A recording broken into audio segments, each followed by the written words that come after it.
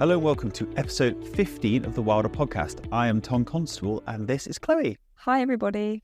Now, we don't actually have a lot to cover in the top of this podcast yet. We have a great interview and really fascinating angle and take on how a grassroots movement can make a real change in the wilding world. Before we get into that, we do have one kind of singular important announcement, Chloe, don't we? I feel like we need a drum roll. You need a drum roll? Thank you for adding to my workload, and I will now get a drum roll from the internet for you. Excellent. I think it deserves one. Okay.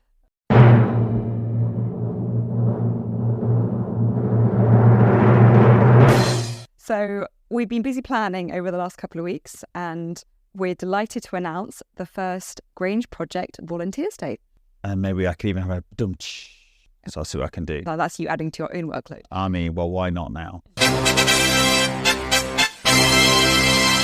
It is very exciting. It's been a little bit trepidatious, shall we say. We've been sitting on it for a while because we didn't want to just press the send button. It feels slightly exposing. It's kind of like, well, obviously, do you want to come to my birthday party? And, what happens if nobody turns up? That hopefully won't happen. And actually, we've had some really positive feedback so far.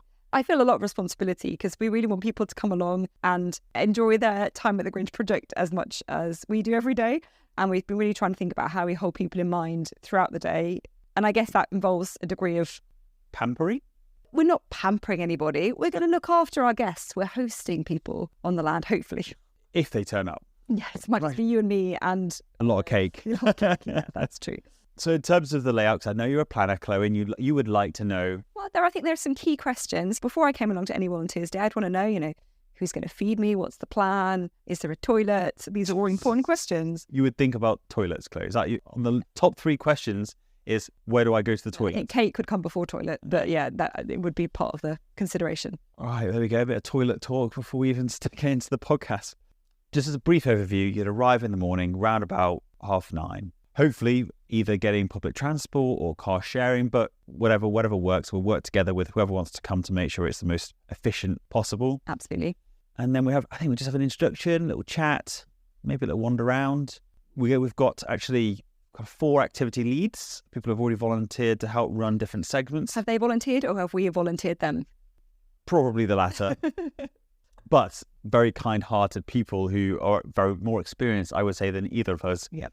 That would take people through. And there's basically a session in the morning where we do an activity. We're split into groups, and the activities will be ranging from pulling up internal fence lines through to building brash piles, pretending to be a wild boar, or scalloping out of hedgerows, pretending to be a giant herbivore. Lots of pretending to be animal spirits. Fancy dress not required. No, we'll provide that. And obviously we provide all the equipment, and then we'll stop for lunch. And I know that's something that you have, we both think is important, but you certainly are taking the lead on. Yeah, I think good volunteers deserve good food. And I love cooking, I love baking. And I'm actually just delighted that there are more people that I can test out some of my experiments on. Yeah, and for anyone that's been here, they will agree that it's definitely not something you missed out on, and definitely a value add of being part of this Wilding Day.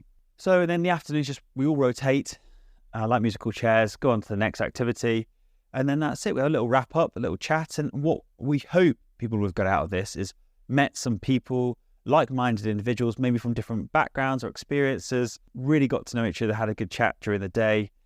We're hoping to foster a decent community spirit. But equally as importantly, I think by the end of the day, I think there's going to be such a tangible difference, a very clear change that you, the volunteers, have had on this land that's going to take us that one step closer to allowing it natural nature recovery. I think that's a really exciting bit because all the activities that we're going to get involved in on the day are all things that do make a difference very quickly. And the exciting thing is that you'll be able to come back at any point to kind of check out how these changes have impacted on the land over the summer, next winter, in years to come. So hopefully you'll all feel part of the experience. Yeah, you'll be part of the first inaugural event, and I think that's super cool. Mm-hmm. Well, that's enough of it. Well, do we need to tell people where to go if they want to sign up? I'm just about to do that. I just thought you get excited. This is a smooth transition. In the show notes, you'll see a link, which are big letters, probably capital, saying Volunteer Day. Click that link and it will take you to a section on the website where it's a very, very simple form, basically name, phone number, and would you like to be part of the WhatsApp group? Please sign up, even if you don't want to be part of the WhatsApp group. We'll communicate with you directly, but that WhatsApp group, we're hoping, again, is this just place where everyone can virtually congregate and make sure that they communicate with each other so that everyone knows what's going on. Sounds good. Happy, boss? Yes. Okay, right. So moving on to the interview for this week. It's pretty cool because although we interviewed our guests about a month ago, and these are the founders of Youngwilders, which is a grassroots movement looking at making wilding and nature recovery accessible to the younger generation to help inspire that younger generation, but also fast track nature recovery and a whole host of other stuff which we'll go into in the interview.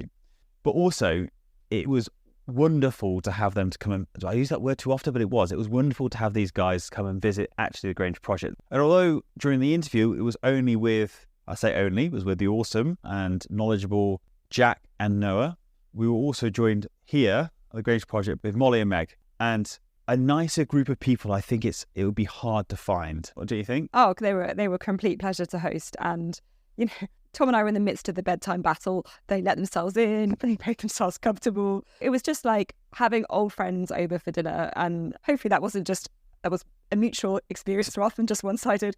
But I really enjoyed our chat. And if it wasn't for the pressures of the next day, I think we would have been chatting into the early hours. So let's step into the interview, shall we? Let's do that. So here's our chat with Jack and Noah from Youngwilders. We cover a host of topics ranging from the challenge of engaging younger generation, and I say younger, and we talk about what defines that in wilding. Not us. Yeah, and also the importance of being inclusive in order to generate that systemic change that we're all hoping to have. Pleasure to have you here. So you guys may or may not know, we ask our guests to introduce themselves because no one knows you better than yourself, and you could give us all that pertinent backstory to how you find yourself where you are now. So as I've already spoken to you, Jack, let's start with you and then we'll go on to Noah if that's all right. So I'm Jack. I'm the director of Youngwilders and a co-founder. In practice, that doesn't mean a lot though, because it's kind of co-directed as we're a very small organization. My kind of entry into the rewilding world and Youngwilders specifically was a little bit roundabout. I was originally doing chemical pollution research before and just had a kind of interest in rewilding. I read all the kind of core texts like feral and wilding and all that kind of stuff. And then I started chatting with a group of friends about how we were all caught up in the romance of this idea. We were all really interested in doing some work ourselves. And it kind of started as this hobby pastime idea, and it's gradually evolved into a full-time job over the last 2 years, which has been awesome. Great. Noah? Hi, I'm Noah. I work for Youngwilders. My background previously was as an environmental engineer, and I kind of got sucked into this whole world through a few river restoration and wetland creation projects. I joined Youngwilders when Jack convinced me to quit my stable and well-paid job as an environmental engineer to come and help turn an idea into a reality, basically. Wow. So you've got a lot to answer for there, Jack. And Noah, just go back to, what is an environmental engineer? So I was working in kind of all things water related, mostly to do with the intersection of the built environment and the natural environment. So I was working on flood risk projects, flood risk management for housing developments, and then also some nature-based solutions and natural flood management of how we tackle those things. And then some more detailed river restoration and wetland design work, which was mostly focused on increasing water quality and managing nutrient levels in rivers was kind of my bigger projects at the time. Anything from sewage pipes to leaky dams, basically. I can see why you've managed to convince them to join you, Jack. That kind of knowledge and expertise definitely, as Chloe and I are learning now, is invaluable to the projects that... Our poor structural engineers getting quite confused when we're like, no, you need to make it more wiggly, and no, we want the drainage to be... well, no, it's just too straight. No, it's been a complete lifesaver in that way and many others, as I'm sure will become apparent today. So, we're really keen for this episode to be an episode that speaks to anyone who is young, and I'm going to ask you to define that in a second. What you're defining as young? Yeah, important question. And really help talk about the value that young people bring to rewilding, and also how young people who listen to this who may not be aware of you, how they can get stuck in and get involved. So that's kind of the main effort up front. Awesome. So let's go back to that. So Chloe and I are sitting here. I'm thinking, look, I think I'm young at heart. So how did you define young, and what's the bracket, and why did you come up with that specific bracket? Youngwilders specifically worked with 18 to 30-year-olds. Not that that's the definition of young across the board. That's where we are currently. And we mostly work in that bracket, 18 to 25-year-olds, i.e. young adults who maybe just have a blossoming interest in nature, conservation, rewilding, or just looking for a community and some outdoorsy fun. We think that's like a really important stage in your life to get involved with these things. And yeah, we kind of work with young ecologists and people who are really keen, like who really see this as their future. And then as like one core group of who we see as our like beneficiaries, and then the other core group is just young people who like nature, who like being outside or don't. And we need to show them that it is fun, and people who just want to get involved from a community, mental health boosting way to spend your day. So let's start from the beginning. Jack, you mentioned that you've got together with friends and just realised there was a blossoming interest, to use a phrase from Noah. But as the listeners will understand, and Chloe and I certainly do, there's one thing having a great idea and the intentions, and then there's another thing turning it into a going concern that obviously has you guys working full time, which is congratulations starters. But please give us a bit of back history to that and how you find yourself here within the organisation. Yeah, it's been a bit of a roundabout journey. Basically, yeah, as I mentioned, it was just kind of a conversation amongst friends. And I think the kind of motivating aspects of those early conversations were quite kind of self-interested, ultimately. I think we were really caught up in the romance of the rewilding movement, like a lot of us get. And on top of that, we had a very specific romantic image that we repeated to each other a lot of like walking through a rewilded landscape, that we played some role in getting it to the place where it had got to. So in the beginning, we just wanted to do one project. We weren't really sure how it was going to happen. And it was mutually understood that it would be a hobby/side thing. And we'd all work in other areas of the environmental sector. But as we stepped into the world and like started trying to win grants and kind of felt out what it was like to actually do these projects, we started getting contacted by people who wanted a bit of assistance, and it gradually snowballed. And then we had a big sit down to discuss like whether we wanted to like kind of take this thing further. And we were also really keen in that conversation to get very clear about what we would actually add if we were to exist as a separate organization rather than like adding our services to other ones.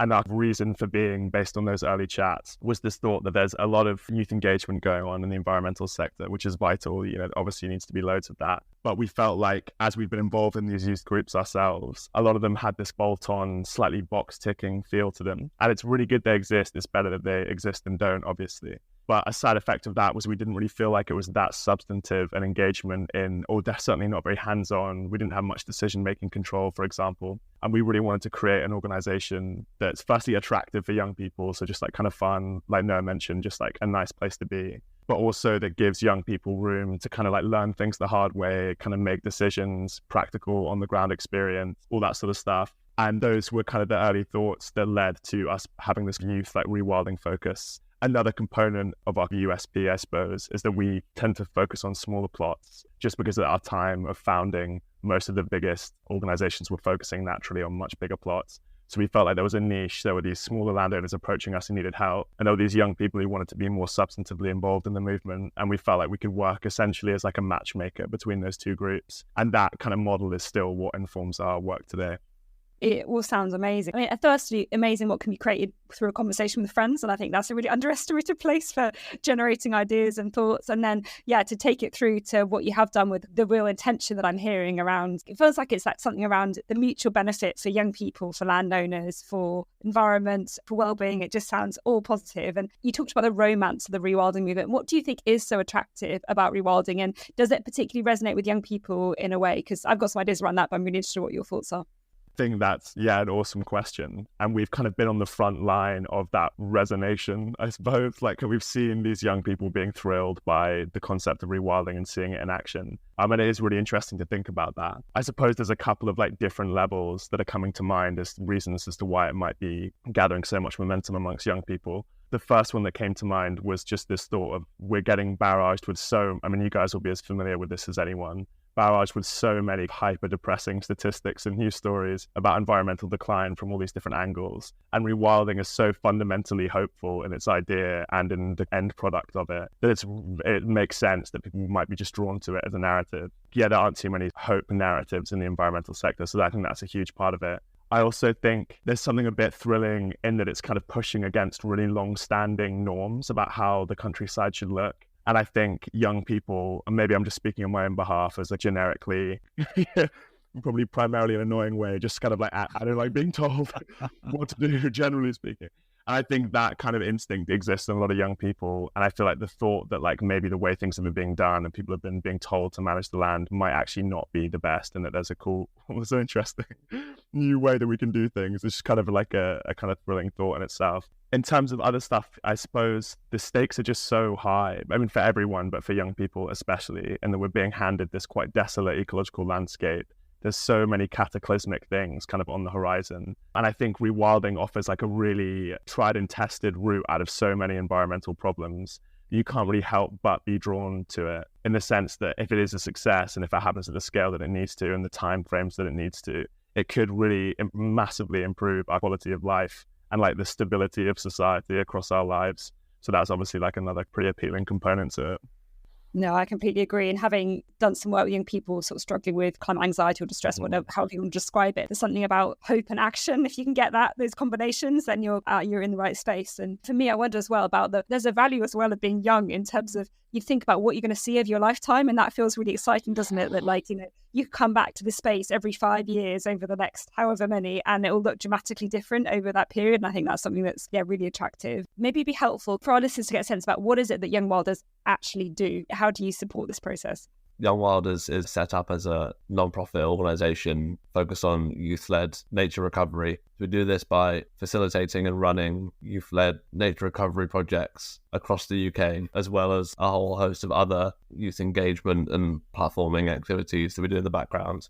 But our main activities are these like small-scale nature recovery, rewilding, ecological restoration, whatever term you want to use, projects that we run. We currently have around 10 of them, mostly in southern England, but spreading every day.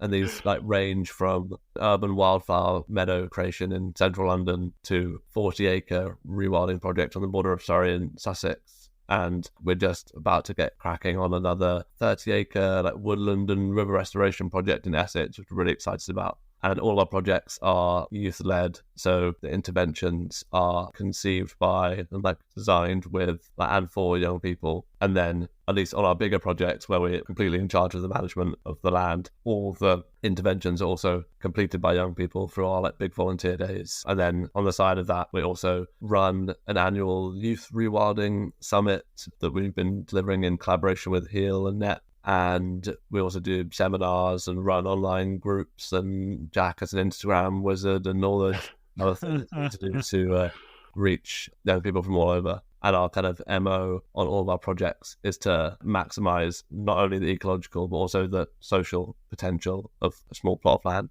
That's really interesting. And I think, firstly, the fact that you're running your kind of annual events at NEP and other places, and just what an exciting place to go and spend some time with like-minded people. I imagine they'd be great. Shame that I'm 36 years old, before I can't go. But I'm sure other people will definitely benefit from that. The other thing that's worth mentioning is, so the website, which we'll say at the end, and it'll be in the show notes, is youngwilders.org.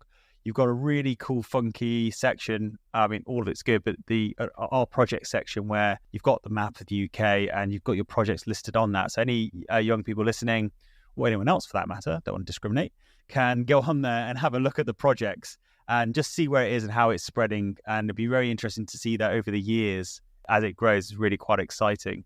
Okay, you were talking about these projects, and I think for this scenario, I'd love to hear your kind of 40-acre scenarios where you are looking to do some control the interventions on the land yourselves. Like, what is the process that you are going through? Because obviously we're going through the same thing, probably less organised than you are at this moment in time. So it'd be really interested to learn from you, what's your general process when you're assessing new land, and what kind of timeframes we talk about from here's some land, please do something, to actually starting work on it. Yeah, I think our process is something that we've worked out the hard way, I would say, in that we didn't pre-agree a certain way to do this kind of work. We just sort of started doing it and made adjustments as the mistakes were made, which was a real luxury, but definitely wouldn't recommend other people doing that. It's it kind of slowed us down in a lot of ways. But I think now we feel quite confident that we know kind of the rhythm of how to set up one of these projects and give it like long-term sustainability. One project I can use as an example, because it's our longest standing project that we have decision-making control over, is Maple Farm, which is the one Noah mentioned on the border of Surrey and Sussex. And that was a real dream opportunity for us, because when we were first talking to the landowner, we'd only worked on one very small other plot. and it was just a wildflower meadow, like cut, sowing seeds stuff, so quite basic ecologically. And they took a real risk on us. The owners of Maple Farm, Colleen and Kevin, huge fans of yours if you're out there listening to this. I think they really were thrilled by our youth engagement angle, and they knew they wanted to do the rewilding work, so they thought that we'd be a good fit for the kind of stuff they wanted to see on their land. And then the way it worked from there was basically Noah kind of does most of the nitty gritty for us as an organization. So Noah kind of went into the trenches of grant winning and was applying to like councils and local trusts and stuff like that. And we've generally found it's a bit of a home game pitch, really, because a lot of these organizations have certain metrics that they need to achieve across a year. And if someone applies with some access to land and says, we want to do this social stuff, we want young people to be involved, we want these ecological benefits, it's often a bit of a no-brainer. So although sometimes a bit kind of onerous in terms of time in, it definitely always greeted by kind of a friendly reception, which is a very kind of encouraging aspect of the work. But yeah, Maple Farm specifically, we got the funding, we made a 3 to 5 year plan, which we've made a kind of boilerplate contract now, but we were first developing it with those landowners. And the kind of interventions that we've done there is we planted just over 2,000 trees there in the form of hedgerows, as there were pockets of woodland that were disconnected from one another. So it was quite a kind of clear and obvious move to connect them up with hedgerows. And we did that, as Noah mentioned, always with big youth-focused volunteer days, which are insanely fun. So that was all fantastic. And then the other work, we've also done passive rewilding, which feels a bit ridiculous to kind of claim it's an action of ours. But what we mean in this context is just that we have relieved grazing pressure on lots of different parts of the land. For a long time, the land was managed as an animal sanctuary, and the owner wanted to keep helping the animals, but wanted to start sending them to other farms when people reached out to them to relieve the grazing pressure. We've helped manage that. And just from that alone, it's absolutely insane, the ecological gains that you can see. It's really ridiculous. For so long, it's been very heavily grazed. It kind of looked a little bit like a golf course when we first arrived, lots of sheep on the site. But now, the grass has been let loose. There's loads of like really awesome rough grasslands, so many rodents, loads of birds of prey flying around. The butterflies are like dense in the air when summer comes along. So it's all really gorgeous. That's been huge. And the other work we're doing there, the charge being led by Noah, is all water-based because the River Locks flows through the middle of the site. There's a floodplain there. We've had all sorts of different ideas about how best to kind of let that area thrive. We've been doing some wetland scrape tests, which is one option we have. Also some potential kind of wet meadow stuff as well. And also there's thought of possibly doing a pond there as well. So there's, lots of different things to decide, but the ecological gains there, as with all water work, would be phenomenal. So, paint the picture for me. Just if I'm a young person listening to this on these youth days, I assume you send out a message to your members or people that volunteer, say I want to do something, and then they reply back saying, "Yep, cool, I'd love to come." So, what happens? Everyone arrives at a certain time together. How big are these days, and what's the kind of standard format, if there is such a thing, which I doubt there is, but I thought I'd ask. One of the main parts of our youth engagement is these youth volunteer days.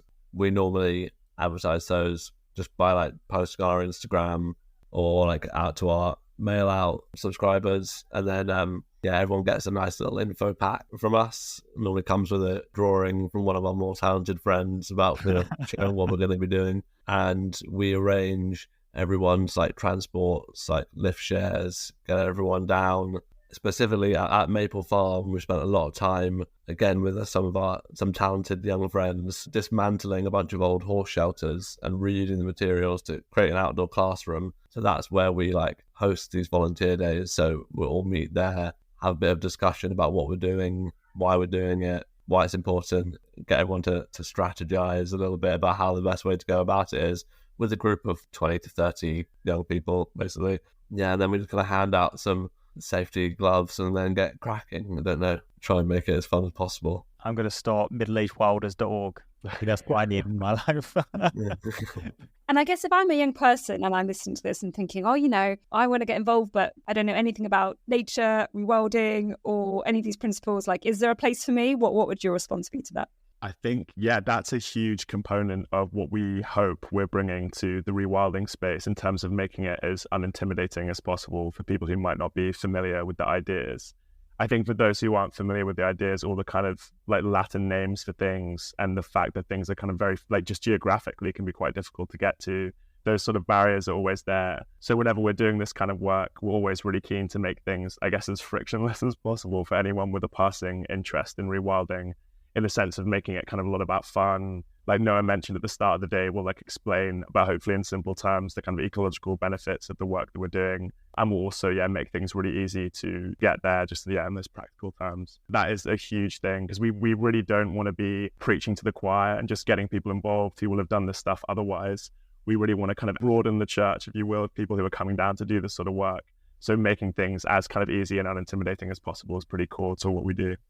Oh, amazing. And if you're a landowner, equally, there's listening to this and thinking, I've got 25 acres. I don't really know how do I get these people involved with what I've got? How would they connect up with you? And I guess what's the process involved with that? Sling us an email. We get a lot of landowners reaching out to us, and mostly we're able to help in some way. We're, one of our stated aims is to just accelerate the nature recovery of the UK on all plots, at all scales, as fast as we can possibly go. So when we have someone reach out to us, we'll at the very least have a call and try and give some advice of what we've learned, worked on other projects. If our particular vision about a kind of youth-led project resonates with the landowner, we'll go forwards with them, see if there's maybe one thing we could do to get started is plant a hedgerow on one of the boundaries, should be there, or we can do a trial day of what that collaboration is like. And then ultimately we offer to take on the management responsibilities of the land and kind of let our vision be realised on the sites, basically.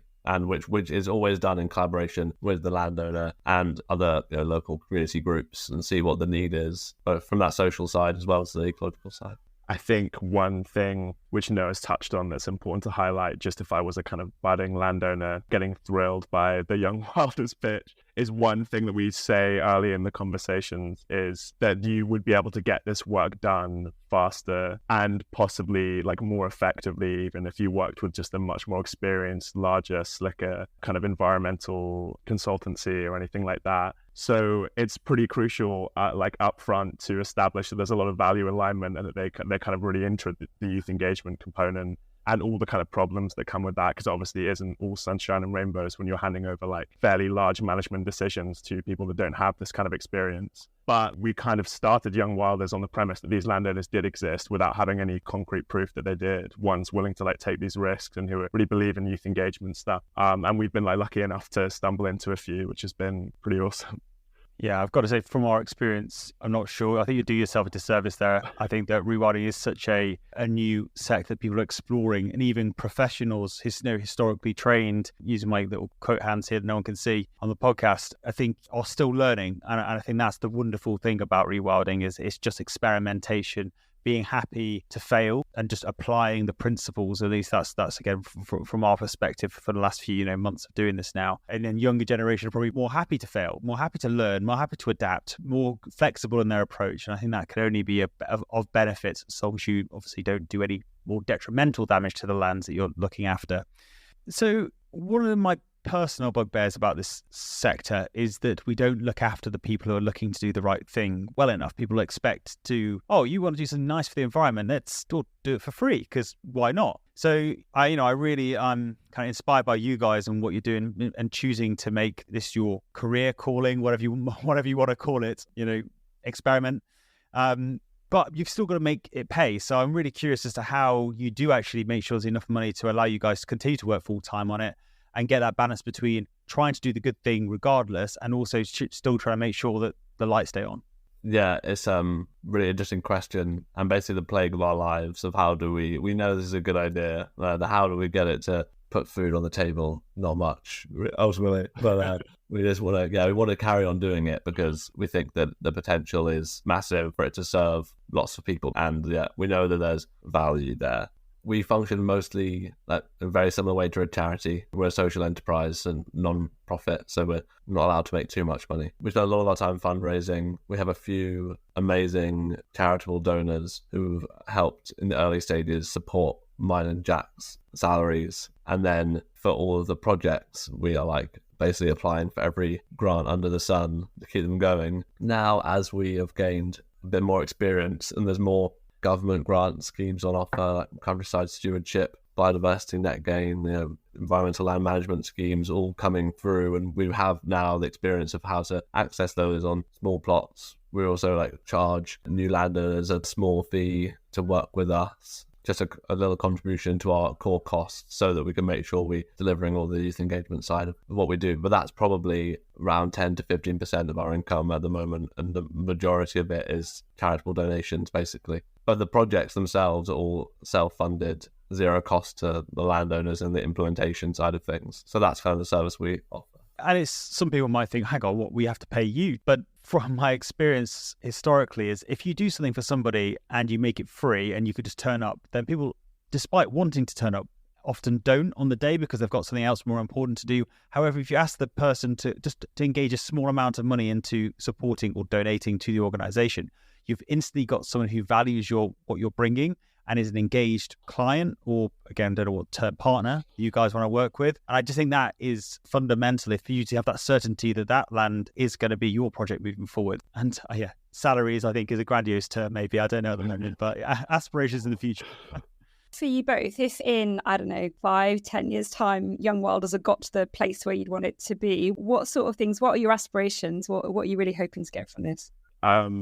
I'd say we have our kind of vision when we're talking about what things might be looking like in 10 or 15 years is one of just catering to this, I suppose, two broad groups that we work with. There's like the young people who want to kind of be involved in nature, either recreationally or professionally. And then there's the landowners who want to do this kind of work. We're currently a bit stretched for capacity because it's just Noah and I, the whole organization. We do have some bits and bobs of help from elsewhere, but we're the only full-timers. And the heartbreaker, at least in the last 6 months especially, has been young people approaching us from different areas of the UK, not in Southern England, for example, saying like, we'd love to work on a project, or we'd love to start a project with the Youngwilders name, which is obviously so flattering and exactly the kind of thing we want to happen, but we don't have capacity to sort of allow it to occur. We don't have a landowner near them we can introduce them to, for example.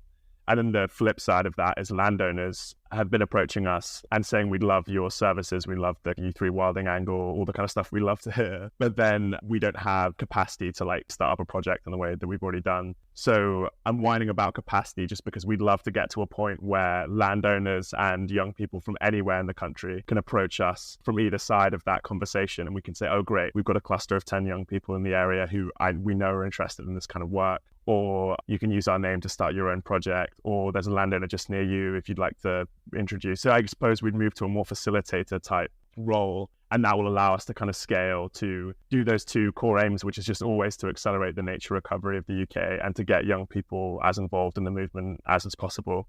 And ultimately we'd love for any young person who wants to be involved in a project to be most an hour away from a project where they can, see these things in real life and try some things out and be involved as easily as possible. So not quite a project in every county, but definitely a project in every region of the UK we would love as like a medium-term goal. That sounds great. I guess I'm kind of interested for young people generally. What do you think are some of the challenges of stepping into engaging in nature recovery, conservation space? And I know that obviously you're working hard to address those with Youngwilders, but could you speak a bit to that? That'd be amazing.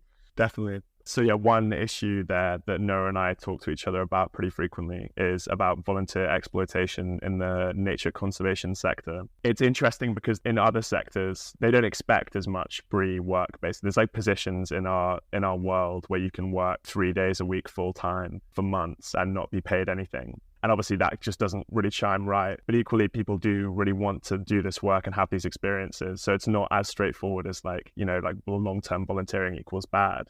But the issue that it creates that we run into quite a lot, and actually when we did our Resurgence U3 Wilding Summit with NEP last year, we had this big moment where we got everyone to talk about what they would change about the kind of environmental sector. And one thing that came up loads was this volunteering thing, specifically understood as a barrier to entry into the sector, because not everyone is as resourced, especially when they're young, to be able to do like long periods of work for free, obviously. And that creates these other issues of access, which are really detrimental to the movement because we need access to as much talent and enthusiasm as possible. And so trying to make it an easier world to get into without these like really high bars of like free work requirement is a massive thing. Obviously, we're a tiny organization, so there's only so much we can do about it. So we have our project officer scheme, which is a slightly more kind of long-term volunteer adjacent thing in that like it could be a volunteer thing, but we are paying people for their time there. And equally, we have an internship program that's paid. it's a really low bar, but we think it's like a really important principle to demonstrate in practice. And we think it's going to make it much easier for, hopefully, if it like influences the culture at all in the longer term, it's going to allow a lot more young people with all that energy, enthusiasm, intelligence to be kind of unleashed into the space, which would be wonderful, obviously. I think that's such an amazing aspiration, Jack, because even though we're relatively new to the space, I noticed a kind of lack of diversity at times in terms of the people we're speaking to and engaging with. So yeah, to think about how do we bring more, with more diversity, you have more perspectives, you have more thinking, you have more experimentation. It's only going to be good. So yeah, inviting that in sounds fantastic. Thank you, guys. It's been a really kind of insightful and interesting conversation. So we're drawing to a close now, but Noah, is there anywhere you'd like to direct anyone to find out more? And feel free to do that. Of course, we're going to add it to the show notes as well. Yeah, thanks, Tom. Depending on how old school / new school you're feeling, you can go on our website, which is www.youngwilders.org. Sign up for our mailing list. Check out the things me and Jack have just said, but probably articulated a bit better. And if you're feeling on the more new school side of things, get us on Instagram. We're at Youngwilders_, and there we post updates from all of our projects, even if you just feel like watching from afar. And then we also share opportunities, both volunteering and otherwise, and introduce new projects when they appear. We also have a TikTok coming soon. Watch this space with some great videos that were made at the last Youth Rewilding Summit. That's how we know you're definitely young with the TikTok. Yeah, you'll have to send me like a link. Well, can you just take those videos out and just send them to me directly? I can't get my head around that. That's okay. But anyway, perfect. Thank you very much. Well, thank you for your time, both. Thanks so much, guys. What a hopeful story. A story of people coming together, having an idea, making it happen, and getting involved in large-scale change for young people, for the environment. And I feel really inspired by the story and what can be achieved when people set their minds to something. I'm just waiting for the invite. I hope they'll make a little exception for us to go to their annual gathering at NET, to go and share the ideas, share the energy and enthusiasm of their team and their wider members. Absolutely. And what a great team. And I think that came across in the interview, and that also really came across when they came to visit about how they work together. Yeah, Jack and Noah, their energy, like you could hear, was infectious, and their passion. But we're missing Meg and Molly in that, because they balance each other really well. And Meg, for her day job, she's an ecologist, and Molly works for Natural England. They're bringing that professional experience and injecting that into Youngwilders. It's just a real perfect recipe for success. I think, I don't know, you might shoot me down for this, but one of the things that I was interested in from the conversation was this idea of the volunteering as a route into work. And I completely agree with Jack and Noah's point around how long-term 3-day-week volunteering, all that does is promote a certain sort of person being able to enter a profession. But I also think that there's a balance had, because I think when I think about some of my best experiences as a young adult, a lot of those were being part of something where I wasn't going to pay for it, but I was getting so much else back from that experience, whether that was connecting with people, feeling part of a movement, being able to do something that was very different from how I would spend my day job. So I think volunteering the rewards you get from it are sometimes underestimated. And I love how I think Jack and Noah both spoke to the opportunities and the vibe and the benefits of people coming together to getting something done that also has a wider, huge benefit for nature. I don't know about you as well. I felt like we were 3 rungs down, or probably 5 rungs down on the cool. We weren't cool enough to be in that conversation. I felt like I was struggling with following on from that as well. I'm looking forward to chatting to the volunteers that hopefully come to our day and really understanding what motivates them, to make sure that volunteer day 2, whenever we do that, is really focused on what drives them and really niches or focuses down on how we provide value to them, because ultimately we are very aware that when you give your time to someone, it's a precious thing, and they're trusting you with it. One thing is we're going to run out of time eventually in life, and so people are giving us that, and I think that we've got to really respect that and value it and treasure it. And it's interesting you touched the idea of cool, because I think wilding is cool. I think that's something about the dynamism. I think it's something about You're too old to say anything's cool, Chloe. Talk about shoot you down. I wouldn't do it before, but no, I'm not so sure. It's getting cringy now. I know. I genuinely feel when you think about traditional conservation, there's something about wilding that makes it a bit sexy. And it's I'm going down a rabbit hole. Don't keep going, Chloe. This is it. This is a new side to you. They've brought out this new side to you. Yeah, it's my South London side of me. But the idea of getting young people engagement is a really big part of what we want to do here at the Grange Project. And we've had some fantastic conversations over the last few months with people within Monmouthshire education, and to think about kind of young adults and the role they can play. And it's got me inspired to think about how we could work alongside them moving forward, and collaborations on the Grange Project. Right, that's it from me. Is there anything else you would like to particularly highlight before we close it off? Just to say that my walk with the Youngwilders on the day after we had our dinner was one of my favourite walks, I think, around the land, because their passion and the way that they saw the project, totally understood what we were trying to do, combined with Meg's sharing her knowledge around some of the ecological processes she was observing. And the bad thing about the voles. Go on. What was amazing? These are cool moles. Is the cool voles. For voles. She was saying that how we've got a really great population of voles in terms of for a semi-improved and improved grassland, and that's going to be a great thing for the birds of prey. So that was one of my fun facts of our visit from the group. Was this before or after Meg stuck her head up an old oak tree, which is a great photo of as well? Yeah, that was before. Yeah. And I have noticed the birds of prey. We have promised ourselves we are going to really get to know our British birds of prey. We did get some binoculars for Christmas. So we did. Yeah.